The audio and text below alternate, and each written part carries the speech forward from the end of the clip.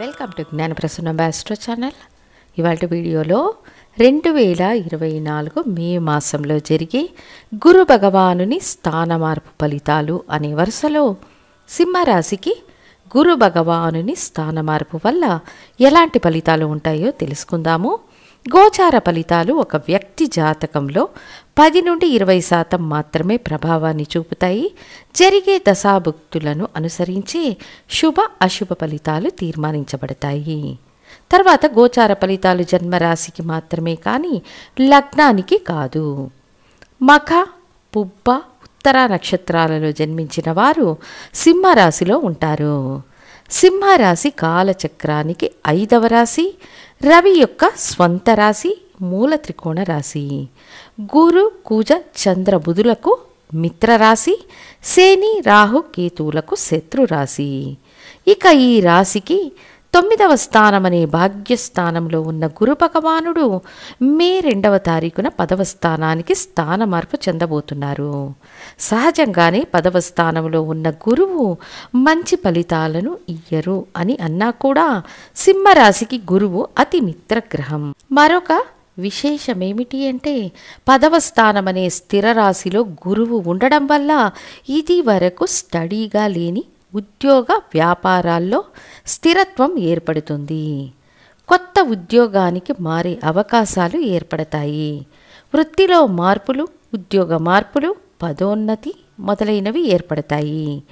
ముఖ్యంగా గురువు లాంటి శుభగ్రహాల ప్రత్యేకత ఏమిటి అంటే వాళ్ళు ఉన్న స్థానం కంటే వీక్షించే స్థానాల మూలంగా అధిక శుభ ఫలితాలను ఇస్తారు.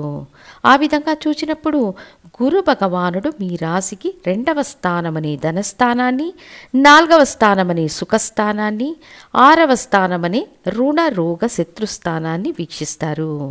ఇందులో 2వ స్థానాన్ని గురు భగవానుడు వీక్షించడం వల్ల ఆ స్థానంలో ఉండి ఆర్థికాభివృద్ధికి అడ్డంకులు ఏర్పరచుతున్న కేతు భగవానుడు గురు వీక్షణ వల్ల కంట్రోల్ అవుతారు. ధనాగమనం బాగుంటుంది.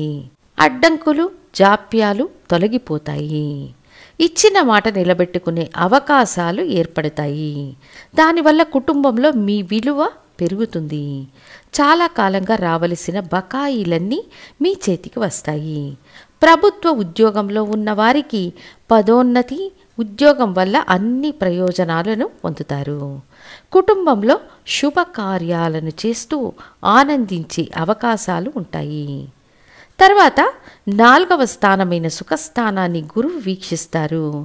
ఈ స్థానాన్ని గురువు వీక్షించడం వల్ల కొత్త వాహనాల కొనుగోలు, ఇల్లు నిర్మించుకునే అవకాశం, స్థల మార్పు, ఉద్యోగ మార్పు, వృత్తిలో మార్పులు జరిగే అవకాశం ఉంటుంది.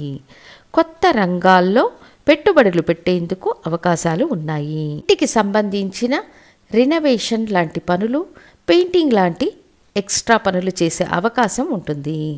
చాలా కాలంగా శారీరక రుగ్మతలతో బాధపడుతున్న వారికి ఉపశమనం లభిస్తుంది.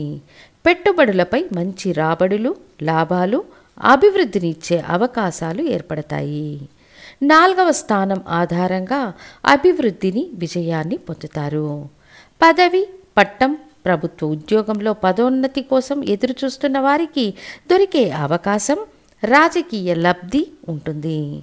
ముఖ్యంగా చదువుకునే వయస్సులో ఉన్న సింహరాశి పిల్లలకు చదువులో మంచి ఆసక్తి, పురోగతి ఉంటుంది. ప్రయాణాల ద్వారా లాభాలు ఆర్జించే అవకాశాలు ఉంటాయి.